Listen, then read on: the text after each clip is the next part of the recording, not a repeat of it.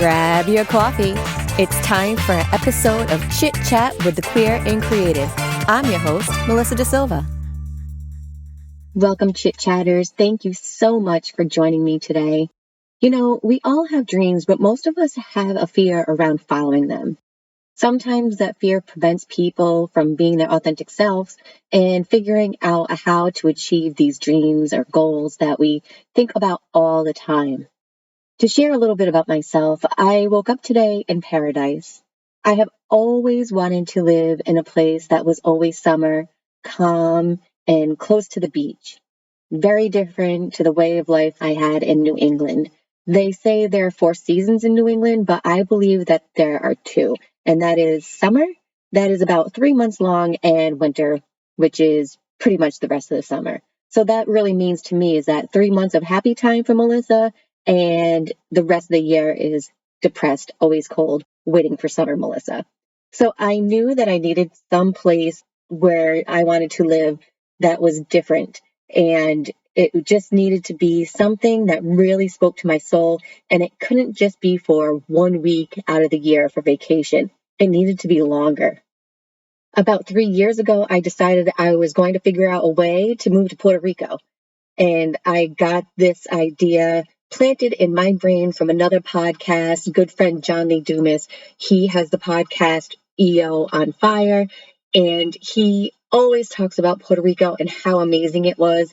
I came down, found out for myself, yes, it's true. It is absolutely amazing. Summer all the time. And so I created a vision board. I'm one of those people. I have to be able to see my dreams out in front of me. I'm crafty like that. I even posted pictures on my wall. I even came down to Puerto Rico a couple of years ago to look at properties, so I knew what I was working towards. And people doubted I would actually follow through, not because they doubted me, but because it was so out of reach. I had a husband I had been with for 14 years. I had a house. I had a mother-in-law that I helped take care of. I had friends that were amazing people who were always supportive, family who are natural and also chosen, and a successful therapy agency. I knew what I wanted, and I had to create a plan to get there. I set my business up so that I could work remotely, and with COVID occurring, everyone's working remotely, and it made it so much easier to start this transition. My husband and I began the uncoupling process. I don't want to use the D word because too many negative things are attached to that word. And my uncoupling isn't negative. It's sad sometimes, but it's not a negative thing. With technology and travel more accessible, I can be with friends all over the world. And social distancing has also forced us to figure out how to create friendships and keep them going in a different way. And so I did it. I booked a 5-week trip to Puerto Rico, and it has been amazing. I wanted to see how it would be like if I actually lived here, and I'm pretty much enjoying my time here. It's amazing. Now, there are people out there who had opinions about these choices that I made. People had judgments and assumptions, and I did let it get to me at times, but I'm lucky I only had to deal with it amongst my small world. That wasn't the case for my guest today. I had an interview with the 90-day fiancé, Erika Owens. She is literally one of the most colorful and creative individuals I've ever come in contact with. Please check out her Instagram and you will see exactly what I'm talking about, and that is at glitterbuggin.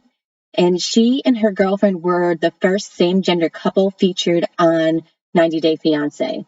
She and her girlfriend had their whole relationship on display for the rest of the world to watch and judge and have some things to say about it. And of course, people had things to say about them and their relationship. Erika and I touch on this during our chat. So I hope you enjoy this interview with 90-day fiancé's Erika Owens. Hello, my chit chatters. I am so excited today because I have the one and only before the 90 days, Erika Owens. I'm so excited. I'm getting all like jumbled up over my words.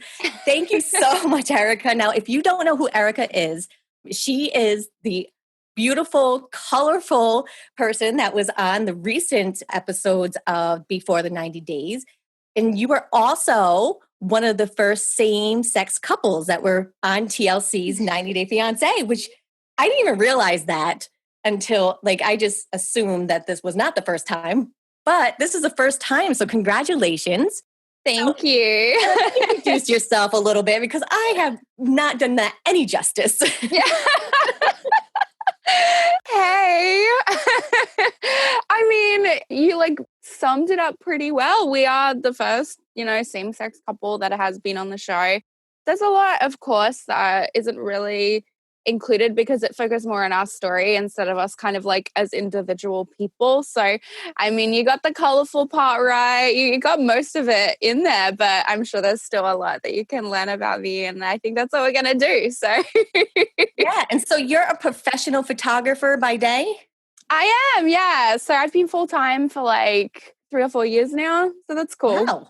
Wow. Yeah. And you're young. So this is like a profession and like a business you have on your own. Mhm. Very young. Congratulations. Yeah, it's been pretty wild. I mean, obviously when I was like on the younger end of this, when I was like 20, when I first started like doing it, no one took me seriously at all. And it took me a couple of years before I like had the confidence to be like, okay, I'm going to take this full time, because I was just like, oh, but I'm so young and no one is going to like Mhm. believe in me. Yeah. But we got there. I think that happens for anybody at any age. Yeah. It's just like that natural process of like, who am I? It's almost like this Mhm. imposter syndrome we all go through at one Of point. course. Yeah. Uh-huh.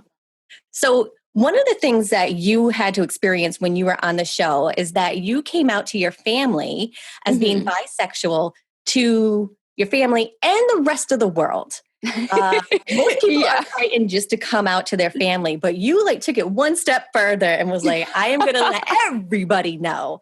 What was that Yeah. like? Well, I mean, obviously my friends and a lot of my peers kind of like already knew to an extent. Yeah. I mean, there's been a lot of comments that have said, about, oh my God, she's like a walking rainbow. Of course, everybody knew, or like her parents knew or whatever, but it doesn't really take away from like having that conversation is actually like pretty terrifying, because like I think I say in the show, like people can surprise you and you never know what's going to Mhm. happen.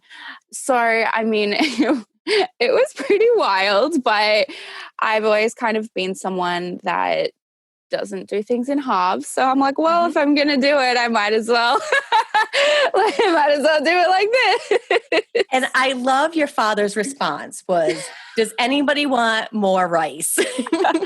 So we had Chinese food the other night, and I was on the phone with my friend that like it's just someone that I met on Instagram. They started off as like, I guess, a fan of the show, and now they're like a really good friend of mine. And my dad came into my bedroom with the Chinese, and he was like, Abby, do you want any fried rice?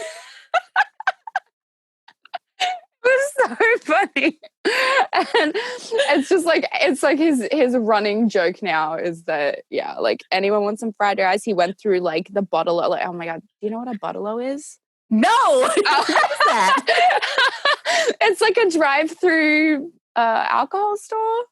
Oh, you have those? That Yeah. sounds pretty amazing. Yeah, so he went through the bottle, and apparently he came home, he was all excited. He was like, I got star spotted. Someone asked me if I wanted fried rice. Oh my goodness, you need to print him up a t-shirt now. Yeah, I was like, oh, Dad, we need to get you some merch or something. Yes. Now, one of the things that I have experienced is because I identify as bisexual, but one of the things I've been experiencing is that people forget about the B and LGBTQ, Oh, right? all the time, yeah. All the time, because I'll Mhm. say I identify as bisexual, but I'm married to a man, and it just blows people's minds. Like, Yeah, they get like they erase you from it almost. It's pretty sad, actually. I've thought about that a lot because obviously, like I'm mhm. single now, and I'm like, I have like there's this weird pressure now. It's nobody's fault. It's just this like subconscious pressure Mhm. now that I have to date a girl because no one's going to believe my story if like, like, Yeah. and it's kind of sad, I'm not really dating right now, but I'm like, what if it comes down to it and people are going to, think that it's not who I am anymore, or, you know, my identity might be kind of erased a little bit because people, I don't know, people Yeah. in our community and outside of our community kind of have this like weird doubt about it. Yeah.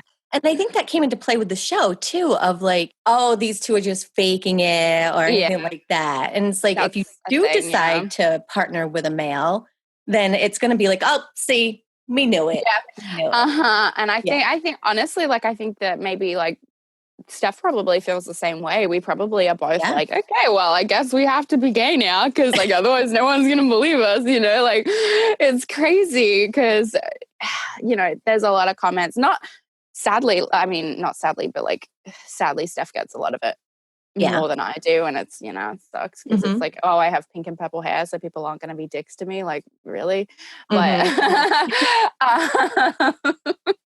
it's not great. But you know, I think that yeah, both of us cop it quite a bit about that, and there was a lot of, you know, fake bi comments or Mm-hmm. whatever.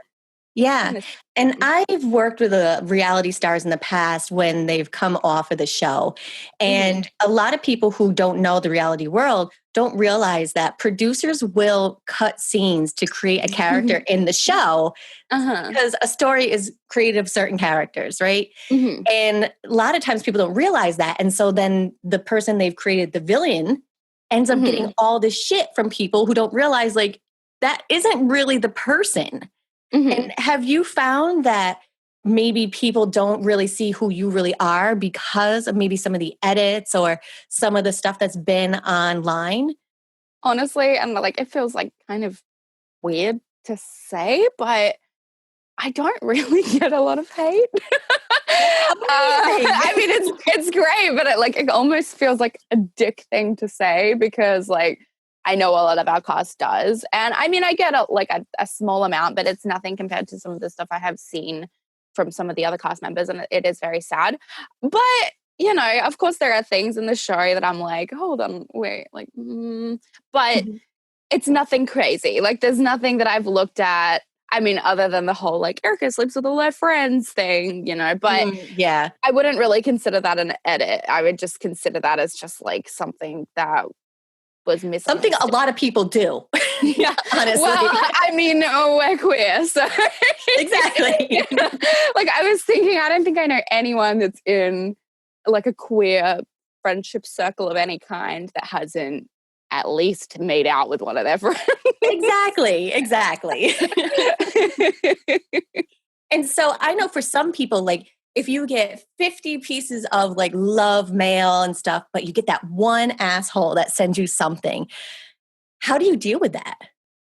Honestly, sometimes I reply because I don't, like I said, I don't get that many. Mm-hmm. So occasionally if I, you know, have the mental energy that day, I'll reply and just be like, hey, look, that was rude, you know, like, For you know, you. it's not nice to say that. And if you are in a bad mood, probably don't take it out on me. But I'm never Exactly. like nasty back to them because it's just not going to get anywhere. So, you know, I'll call them out and I'll be like, hey, that was really rude. You know, I hope your day gets better or something, you know. But I also think that it's important to call those people out because I know some of them want it. They're trolls, whatever. They want you to reply, but some people are just mean and they need to learn and, you know, Yeah. be able to Yep. grow. So I'm not going to just sit there and let them say stuff without Good being for like, hey, you. that's cool. Good for you.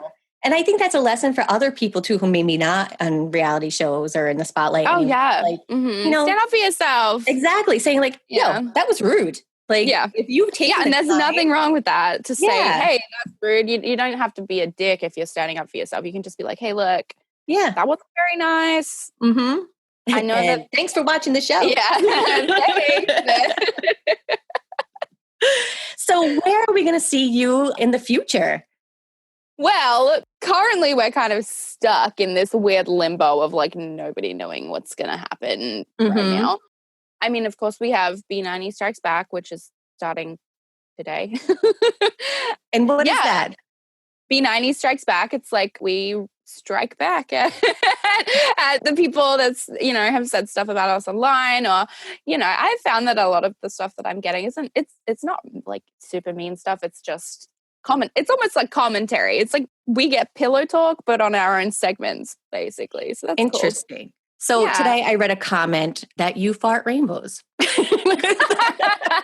I mean, my favorite tweet that I've seen so far, I don't think they're like going to use this on the show because it's like slightly inappropriate, but my favorite one was like, I don't think Lesbo Pennywise is that into sickly chick. The Lesbo Pennywise bit, like, what? Oh my goodness. So you have the B90 Strikes Back, and then do you think like the photography business is going to blossom even bigger? I mean, I'm quite happy just kind of like doing my thing in like South Australia. I get a couple of inquiries from fans being like, hey, would you like do this in Canada or America or whatever? And like, of course I would, but I'd probably just try and like tie that in with any travel. It's not like something that I'm looking to just be like, okay, I'm going to go and work internationally all the time now. Cause I am quite happy doing my job at home and then being able to vacation and use my vacation time to either, be on a holiday or volunteer. So it just depends on what lines up. Now, if MTV calls you and says, will you be on the challenge? What is that? Oh my goodness. They have some people from Australia that's on the challenge. It's so you live in like this beautiful house or in a bunker with a whole bunch of people and you do these different physical challenges. Okay. And then you can win money at the end. Okay, that's interesting. Yeah. Yeah, there's a lot of reality TV in America. Like, you guys have a lot. That's all we care about. We have, like, some home renovations ones, some cooking ones, and then in terms of, like, I don't know, like, relationship ones, we have Married at First Sight, Farmer Wants a Wife, Farmer Wants a Wife, and The Bachelor. We have Big Brother, but that's some of the Big Brothers end up on the challenge too. So I'm thinking MTV might end up calling you because you have the personality that will get people to like watch you. Oh boy. I'm going to push for it, Erika. I'm pushing for it. You're going to win millions of dollars. That's my goal in life. Brilliant. Well, Erika, thank you so much for spending some time with me today. I really appreciate it. I have a fear I'm going to be walking around with an Australian accent for the rest of the night, but hey, I love it. Brilliant. And I hope you get some of my Boston accent. Make sure you leave out your R's and your water. And your oh, yeah. You guys say like dogs. Like that's dogs. Yes. Dogs. Coffee. Yes.